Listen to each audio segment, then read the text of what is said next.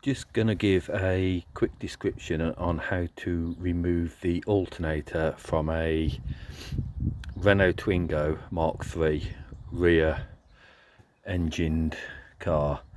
First thing you need to do is to disconnect the exhaust bracket there. You need to disconnect that.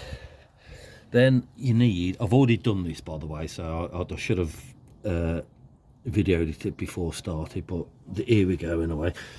And then you get a trolley jack and support the engine, which is best place is sort of just where the gearbox joins the engine.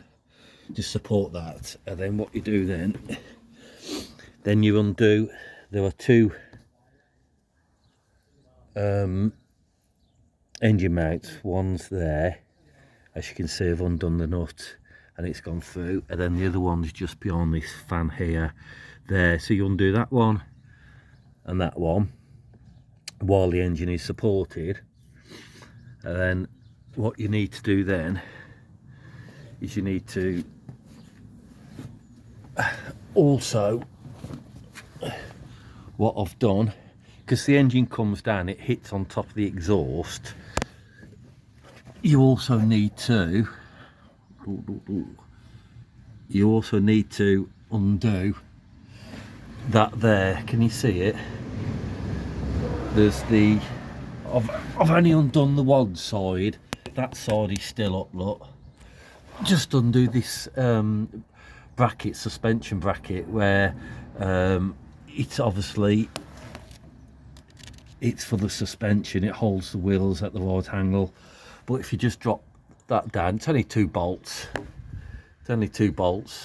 because you need, what happens is when the engine comes down, it won't go far enough, it hits on there.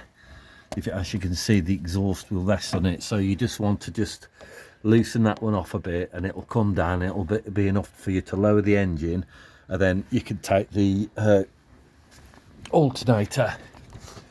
Then you can take the alternator out, then there's enough room to lift it from the top. There's literally two bolts in the alternator that go, one goes through, I think one goes through there, one goes out. There's only two, and they're two long studs at the front, 10mm they are, two 10mm bolts. Just undo them, pull them out, and then you've actually got enough room here to take the alternator out. It's pretty simple, to be quite honest. It looks more complicated than what it is, but it's only a case of undoing 4 nuts and an exhaust clamp, and then obviously your two nuts for the alternator, and this is the positive feed from the alternator. Disconnect that as well. I'm going to get the alternator reconditioned, which you should be able to get that reconditioned for £80. That's what I've been quoted, with a 12-month warranty. Otherwise you're having to pay £250 plus. When I get the alternator, I shall just go through it again on roughly how to connect it back.